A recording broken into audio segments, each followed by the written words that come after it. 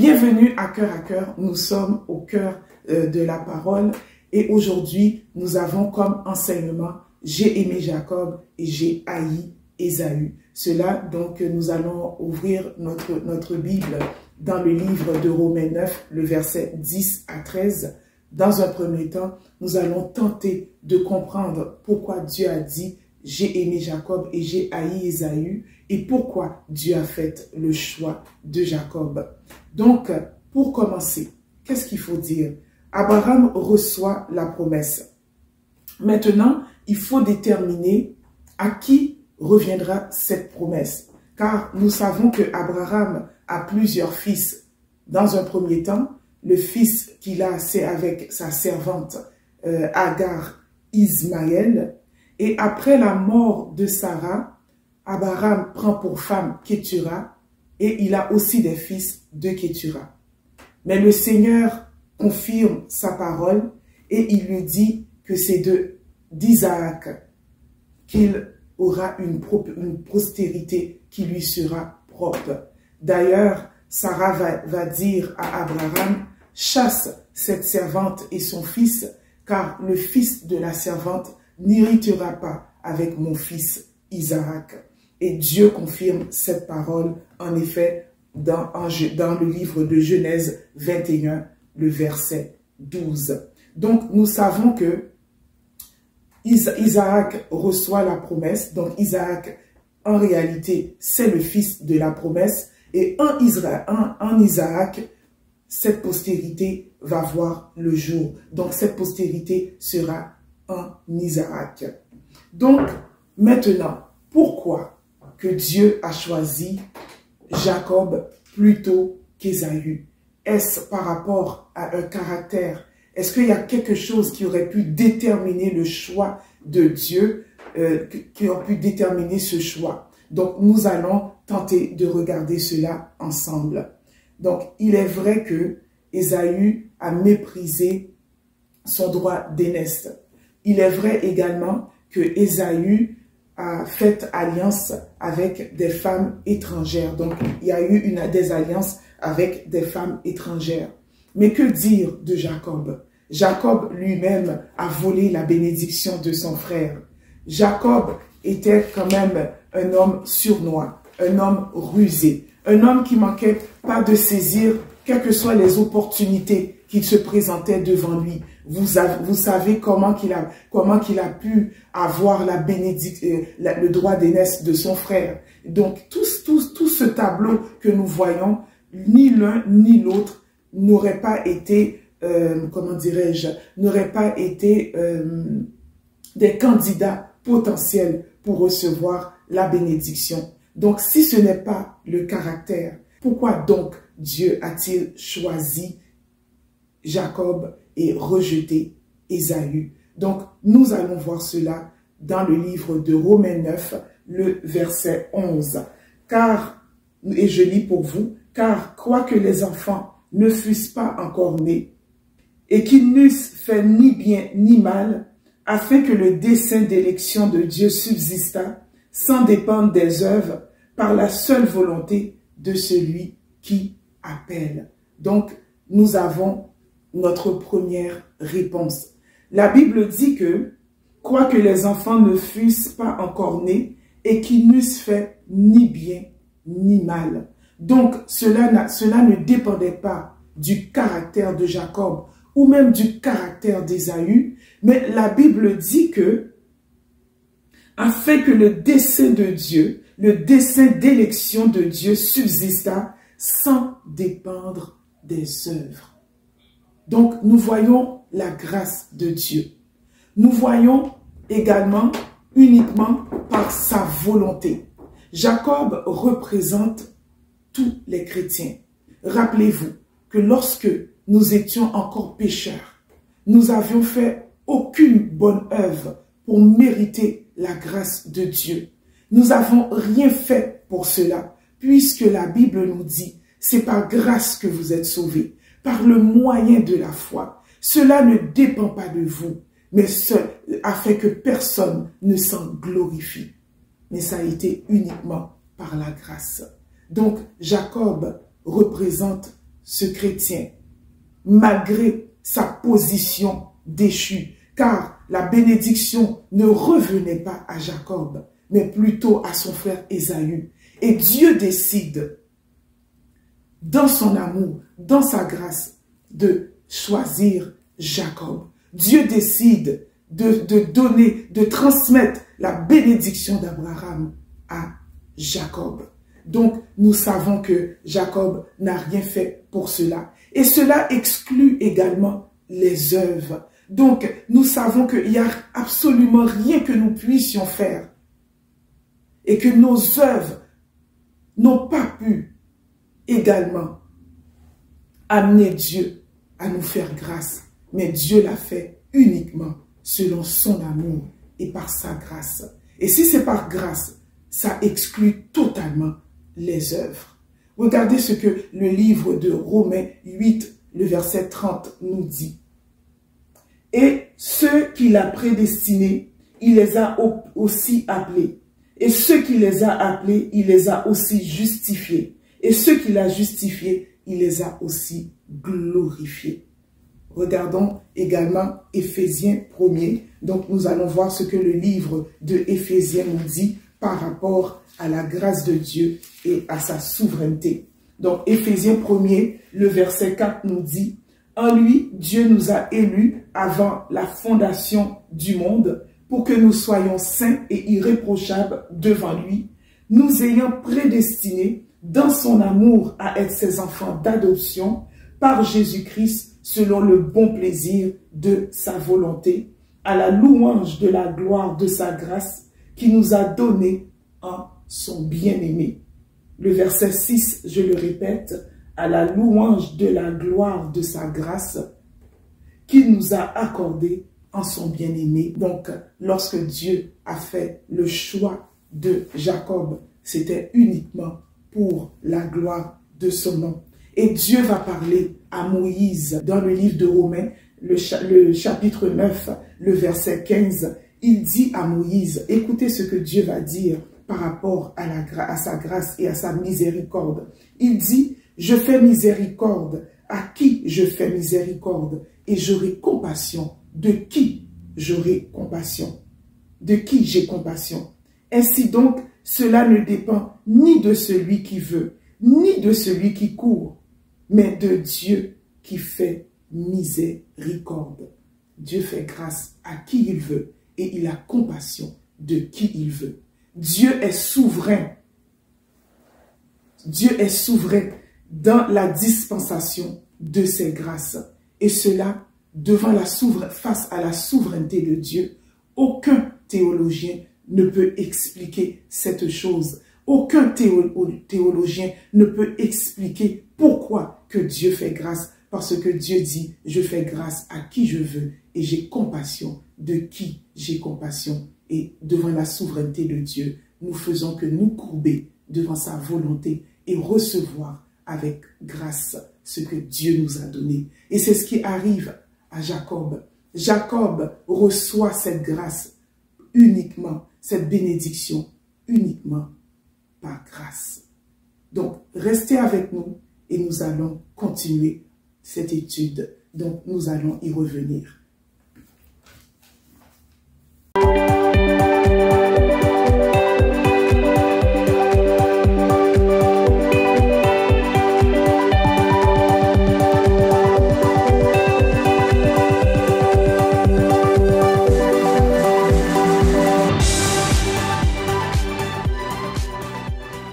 Donc, merci de vous joindre à nous. Et pour ceux qui étaient là dès le début, merci encore d'être présents avec nous. Donc, vous connaissez le sujet de l'étude ce soir. J'ai aimé Jacob et j'ai haï Ésaü. Dans un premier temps, nous avons vu pourquoi que Dieu a choisi Jacob. Nous avons vu, cela a exclu totalement les œuvres. Cela a exclu totalement le caractère de Jacob. Dieu a choisi Jacob dans son amour, dans sa grâce et je dirais même dans sa souveraineté puisque nous savons que Dieu est souverain dans les dispensations de sa grâce. Nous savons également que quand le Seigneur fait quelque chose, il le fait et personne ne peut lui demander pourquoi il l'a fait, puisque Jacob n'était pas disposé, puisque Jacob n'était pas celui qui devait recevoir la bénédiction, mais Dieu en a choisi autrement.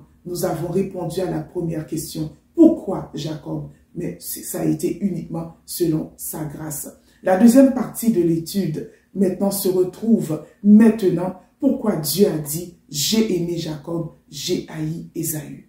Nous allons regarder, nous allons examiner ensemble la bénédiction d'Abraham, de Abraham à Isaac et de Isaac à Jacob. Cette bénédiction ne change pas.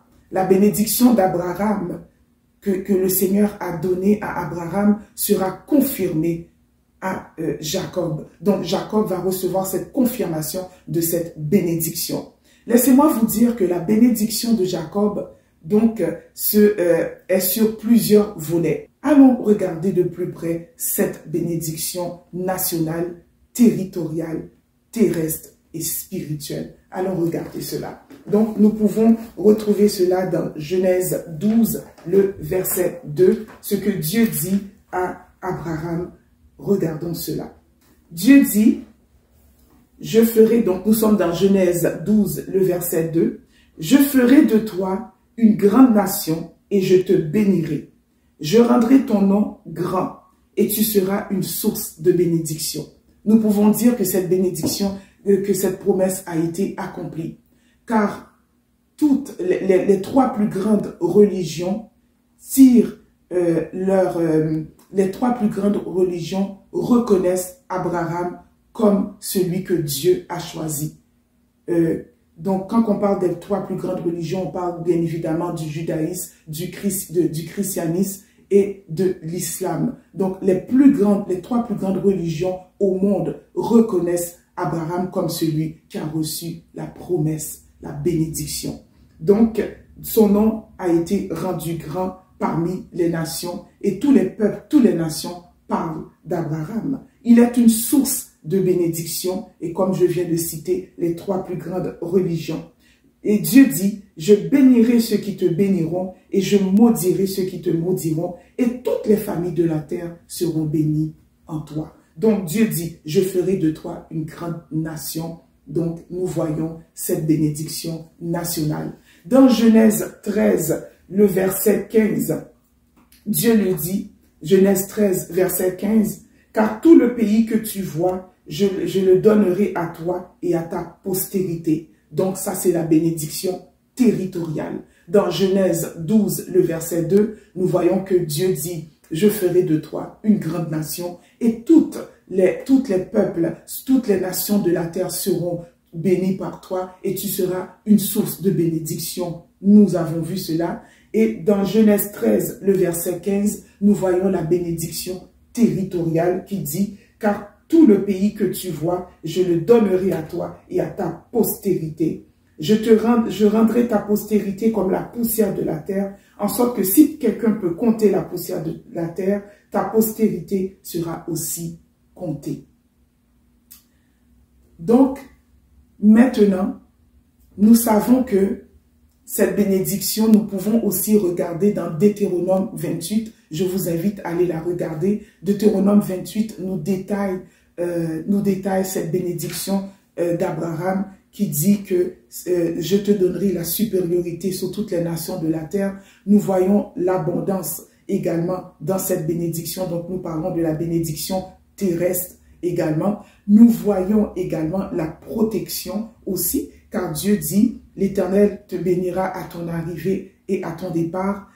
Tes ennemis sortiront contre toi par un seul chemin et ils s'enfuiront devant toi par 7 chemins. Nous voyons l'abondance, ta corbeille et ta huche seront bénies. Donc le Seigneur, tes entreprises, tu vas prospérer dans toutes tes entreprises. Tu seras en haut, tu ne seras jamais en bas, tu seras la tête et non la queue. Dans Deutéronome 28, vous pouvez voir en détail cette bénédiction. Maintenant, Jacob reçoit, une fois que le Seigneur ait fait le choix de Jacob, Jacob reçoit cette confirmation de cette bénédiction.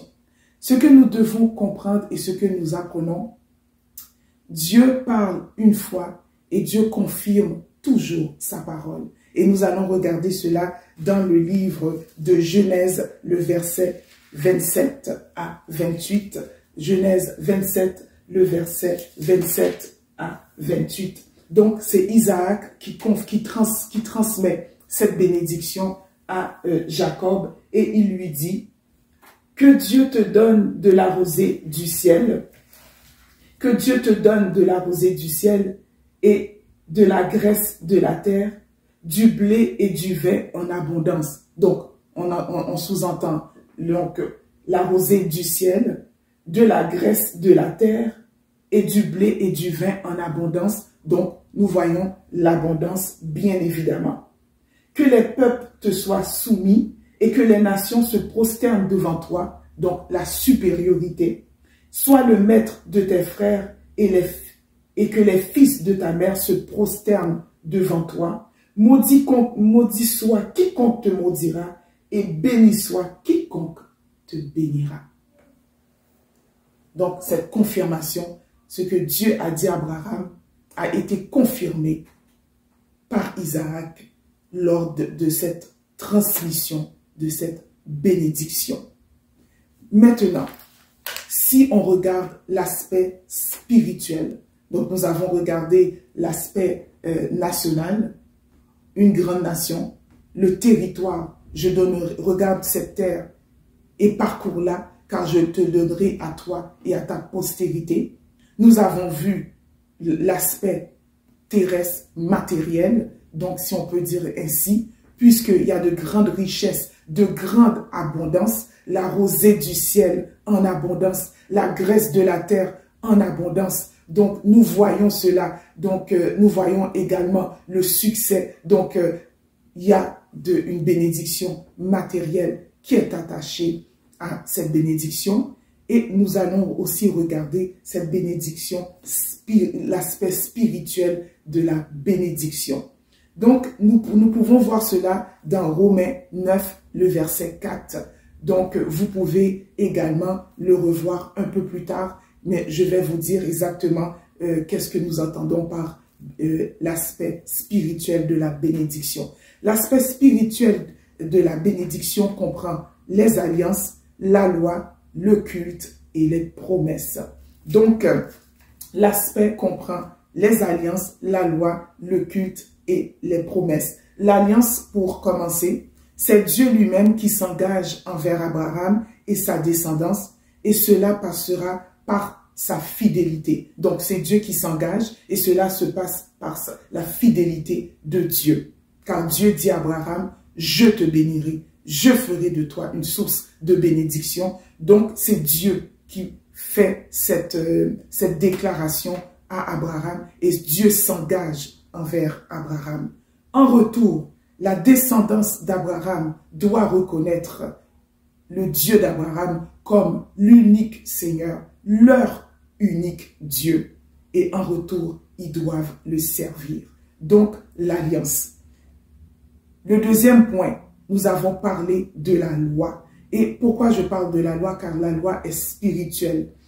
Donc la loi comprend quoi? Les commandements et les préceptes de Dieu pour avoir une pleine connaissance de qui est Dieu. Bref, pour avoir une révélation complète de qui est Dieu. Et cela passe par ses commandements et ses préceptes. Le troisième point, nous parlons du culte. Donc le culte, donc les ordonnances qui sont relatives à celui-ci. Donc nous parlons du culte et les ordonnances qui sont relatives à celui-ci. Donc le sanctuaire terrestre, ce qui comprend les offrandes, les sacrifices d'animaux et le sacerdoce. Donc ces trois points sont spirituels. Donc ce peuple va appartenir à Dieu. Ils vont devoir connaître qui est Dieu d'après ses commandements et ses lois. Ils vont aussi avoir, par ses commandements, une pleine connaissance de qui est Dieu. Ils vont également avoir seulement le Dieu d'Israël pour leur Dieu. Donc la descendance d'Abraham va avoir un seul Dieu, le Dieu d'Israël. Et en retour, ils vont devoir s'engager à servir ce Dieu. Et au niveau du culte, donc ils vont savoir comment servir ce Dieu. On ne sert pas ce Dieu, le Dieu d'Israël, de n'importe quelle façon. C'est pourquoi que nous parlons du culte avec les offrandes, les sacrifices. Donc nous parlons également du sacerdoce. Il est clair que Ésaü est exclu de tout ça. Mais que lui reste-t-il?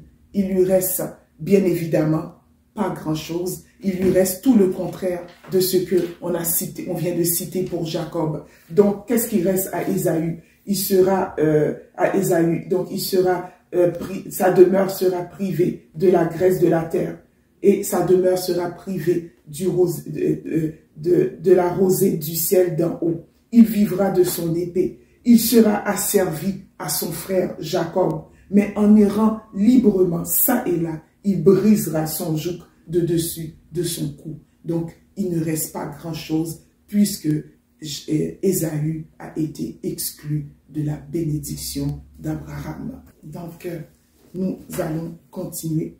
Donc, cela vient de confirmer quoi? Donc, puisqu'il a été exclu de la bénédiction d'Abraham, cela vient confirmer ce que Dieu a dit à Rebecca dans Genèse 25, verset 22. Ce qui a été prononcé par Isaac a été confirmé par ce que Dieu a dit à Rebecca dans Genèse 25, 22. Et nous allons regarder cette prophétie que Dieu a donnée à Rebecca. Regardons cette prophétie. Isaac implora l'Éternel pour sa femme car elle était stérile. Et l'Éternel l'exauça. Rebecca, sa femme, devint enceinte. Les enfants se heurtèrent dans le verset 22. Les enfants se heurtèrent dans son sein. Et elle dit, s'il en est ainsi, pourquoi suis-je enceinte? Et elle alla consulter l'Éternel. Le verset 23. Et l'Éternel lui dit, 2 nations sont dans ton ventre et 2 peuples se sépareront aux sorties de tes entrailles. Un de ces peuples sera plus fort que l'autre et le plus grand sera assujetti au plus petit. Donc, voilà la parole prophétique que Rebecca reçoit. Donc, Dieu lui dit, tu es enceinte et 2 nations se forment dans ton ventre ou sont dans ton ventre. Donc, le plus petit va assujettir le plus grand. Nous savons que, selon Genèse 33, que Jacob s'est réconcilié avec son frère. Nous savons que également, après cette réconciliation, chacun est parti de leur côté. Mais il y a eu réconciliation. Dans cette prophétie que nous voyons, il est clairement mentionné 2 nations, 2 peuples.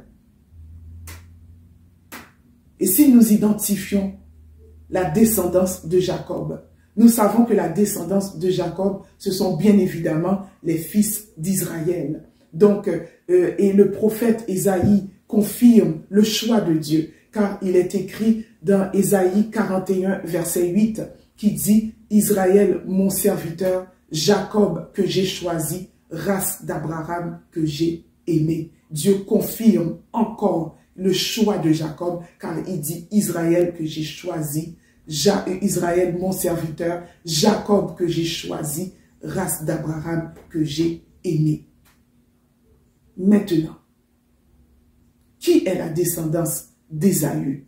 C'est ce que nous allons voir dans Genèse 36, le verset 9 à 12, pour répondre à cela. Genèse 36, le verset 9 à 12. Voici la postérité d'Ésaü, père d'Édom, dans la montagne de Séhir. Voici le nom des fils d'Ésaü: Éliphaz, fils d'Ada, femme d'Ésaü, Réel, fils de Basmat. Donc là, nous regardons la descendance d'Ésaü, femme d'Ésaü. Les fils d'Éliphaz furent Théman, Omar, Tesfo, Géatam et Kénaz. Et Théman, le verset 12, et Tina était la concubine d'Éliphaz, fils d'Ésaü. Elle enfanta à Éliphaz Amalek. Ce sont là les fils d'Ada, femme d'Ésaü. Et pour mieux comprendre l'étude, nous allons nous concentrer sur la descendance d'Ésaü. Et celui qui m'intéresse particulièrement, c'est le petit-fils d'Ésaü, qui est le fils de la concubine de son fils Éliphaz, qui est Amalek. Et nous allons voir qui est Amalek et que représente Amalek pour le peuple juif. Donc, regardons cela dans le livre de Exode 17, le verset 8 à 16. Exode 17, le verset 8 à 16. Amalek, donc là, nous parlons d'Amalek ou des Amalécites.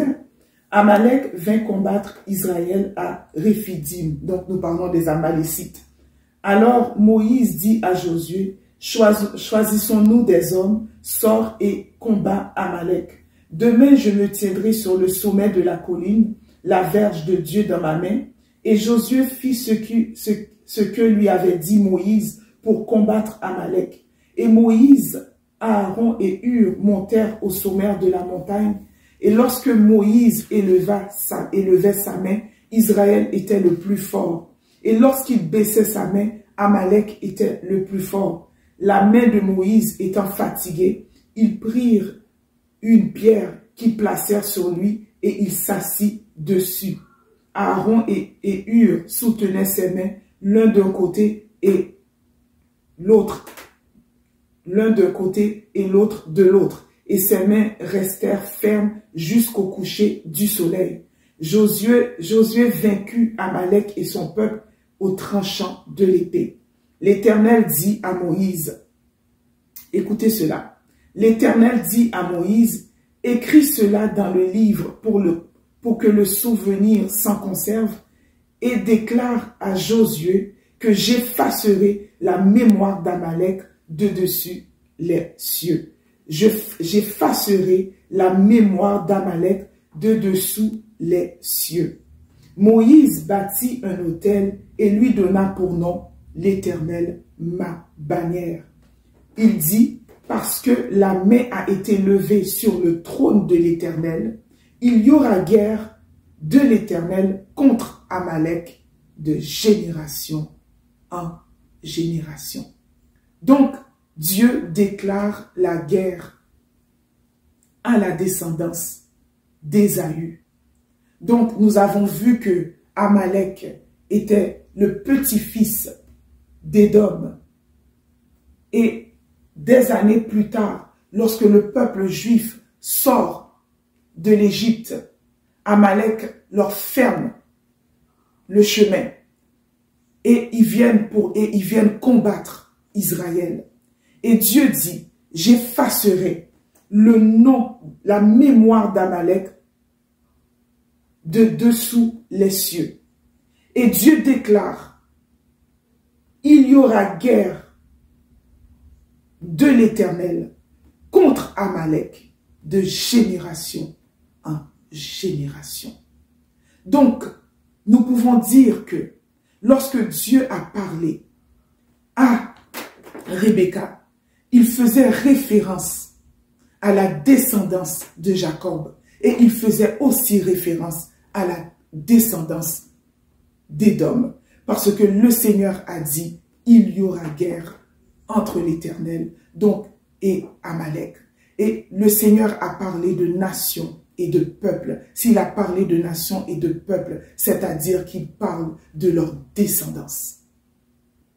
Et la descendance d'Amalek est celui qui est venu combattre Israël à leur sortie d'Égypte. Et nous savons que celui qui combat le peuple de Dieu combat Dieu lui-même. Et c'est Dieu qui engage cette guerre.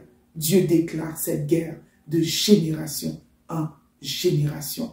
Nous allons voir également dans 1 Samuel, le verset 15, Dieu parle le prophète, Dieu parle au prophète Samuel et il dit, va dire à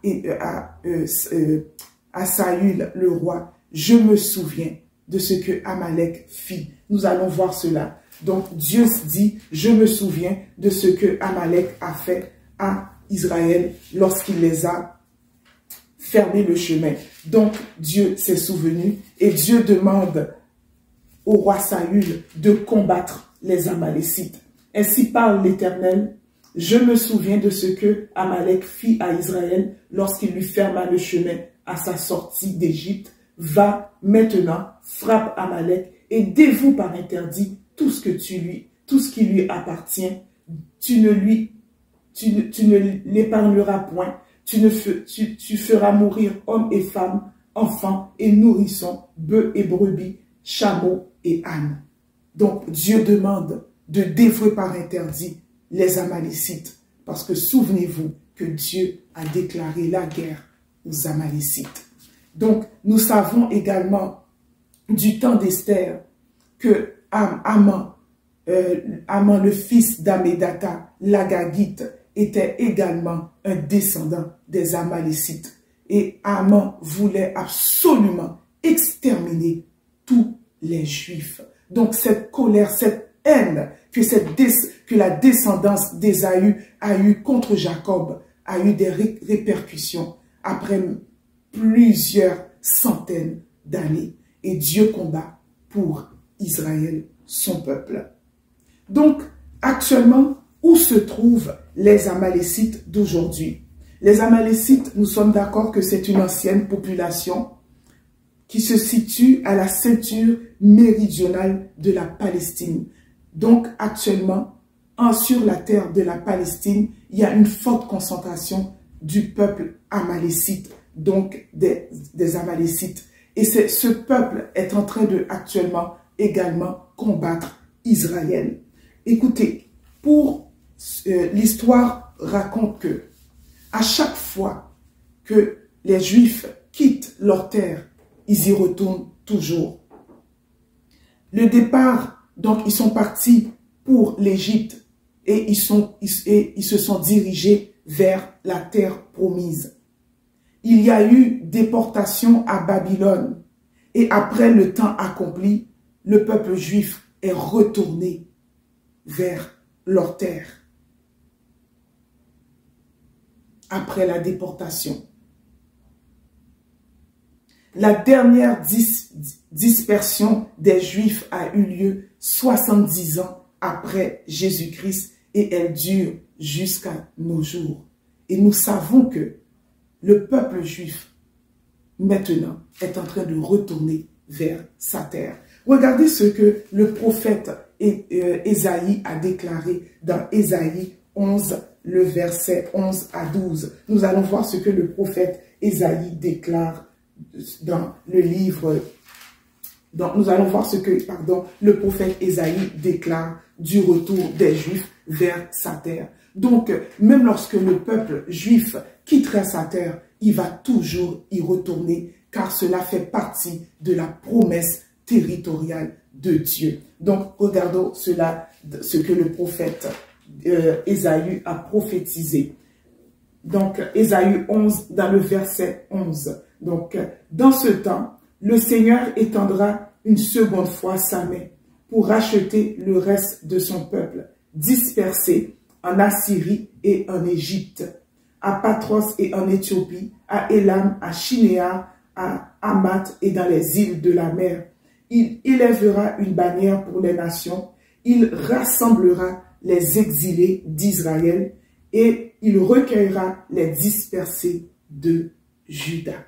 Donc, nous voyons un retour vers sa terre. Donc, Dieu dit, le Seigneur va rassembler de toutes parts, le Seigneur va rassembler son peuple sur sa terre, où ce qu'ils ont été dispersés. Donc, nous voyons plusieurs pays. Nous voyons Patros, l'Éthiopie, Élam, Shinéar, Hamath. Donc, Dieu dit, au-delà des îles de la mer, Dieu va rassembler son peuple et il va encore les ramener vers la terre promise. Donc, parole du Seigneur qui a été prophétisée par la bouche de son prophète Ésaïe. Et il dit, il rassemblera les exilés d'Israël et il recueillera les dispersés de Juda.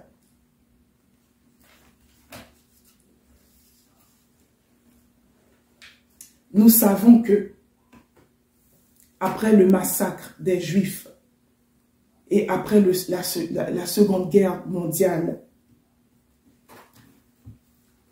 les Juifs décident de retourner sur leur terre, car c'était la promesse de Dieu.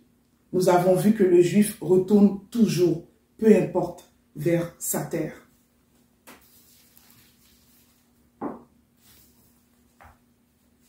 En 1947, l'ONU propose un plan de partage de la Palestine qui est au cœur du conflit que nous connaissons aujourd'hui. Le plan de partage a été voté à l'Assemblée générale de l'ONU le 29 novembre 1947. Donc, Israël est dispersé. La Palestine, donc, maintenant est occupée par d'autres nations. Et nous savons qu'il y a la présence également des Amalécites, la présence des Amalécites sur cette terre également. Et il y a un plan de partage qui a été voté à l'Assemblée générale de l'ONU le 27 novembre 1947, qui prévoit un État arabe et un État juif. Bien évidemment, cela ne peut pas fonctionner. Deux pays, deux peuples, deux nations ne peuvent pas vivre sur un même territoire. En 1948, donc le 14 mai 1948, un certain David Ben-Gurion proclame l'indépendance de l'État d'Israël Suite à cette indépendance, 5 États arabes déclarent la guerre à l'État d'Israël. Bref, Israël est entouré de ses ennemis et même de ses ennemis proches parents, car les Arabes, les fils d'Ismaël, combattent Israël et soutiennent la Palestine. Les fils de Lot qui entourent Israël, combattent Israël et soutiennent la Palestine. Donc Israël, les fils d'Édom également combattent Israël. Mais nous savons que Israël n'est pas seul, car le Seigneur a dit, je combattrai les ennemis d'Israël et Israël sera vainqueur. Les promesses actuellement de l'Alliance doivent tous être accomplies. Donc les promesses de cette Alliance doivent s'accomplir, doivent absolument s'accomplir. La nation d'Israël qui est retranchée, donc nous voyons que la nation d'Israël est retranchée, mais elle doit être sauvée. Donc selon Romains 11, le verset 17 à 26. Donc Dieu a fait des promesses à Abraham et ces promesses doivent s'accomplir. Et notamment une des premières promesses, nous voyons que la nation d'Israël a été retranchée et doit être sauvée. Donc cela se fera après avoir été purifié dans la grande tribulation. La promesse ultime que Dieu a dit à son peuple, il possédera sa terre à perpétuité. Donc Israël possédera sa terre à perpétuité, selon Amos 9, le verset 11 à 12. Une autre promesse qui doit s'accomplir, que Dieu a donnée également, donc c'est le fils de David, le Messie, qui doit s'établir sur cette terre et pour le règne. Le Messie doit venir pour s'établir et pour son règne de 1000 ans. Donc les Juifs attendent encore le Messie et ils savent que le Messie doit venir sur cette terre de Palestine. Donc pas étonnant pourquoi que le diable est aussi acharné parce que le second du retour de Jésus se fera sur cette terre et Dieu établira son royaume pour 1000 ans sur cette terre de la Palestine. Qu'en est-il de nous, l'Église? Qu'en est-il de... Quelle est notre position par rapport à cela? Notre position, nous devons prier pour Israël. Nous devons également soutenir Israël, car nous savons que nous-mêmes, l'Église, Dieu avait prévu dans la bénédiction d'Abraham, l'Église également. Donc l'Église va régner dans ce royaume de justice et de paix. Et nous serons avec Jésus dans ce royaume également. Alors pour terminer, nous nous rappelons de cette dernière parole que Dieu a donnée. Nous nous rappelons de cette dernière parole que Isaac, a prononcée sous l'autorité de Dieu, que Isaac a prononcée à Ésaü. Isaac lui dit, tu seras asservi à ton frère, mais en errant librement ça et là, tu briseras son joug de dessus de ton cou. Donc, tu seras asservi à ton frère, mais en errant librement ça et là, tu briseras son joug au-dessus de ton cou. Donc, le seul moyen pour Édom de connaître la paix et de briser le joug de son frère, c'est d'entrer dans le plan de la rédemption de Dieu, que Dieu a prévu pour toutes les nations, pour tous les peuples, sous la bannière de Christ. Ainsi, Édom brisera le joug qui pèse sur son cou depuis tant d'années, voire des millénaires. Donc, c'était tout. Aujourd'hui, nous avons vu, nous avons regardé ensemble, j'ai aimé Jacob, j'ai haï Ésaü, et Dieu a également un plan de rédemption pour toutes les nations, et y compris Édom. Que Dieu vous bénisse. Merci d'avoir été des nôtres, et à une prochaine étude de la parole de Dieu. Nous étions au cœur de la parole.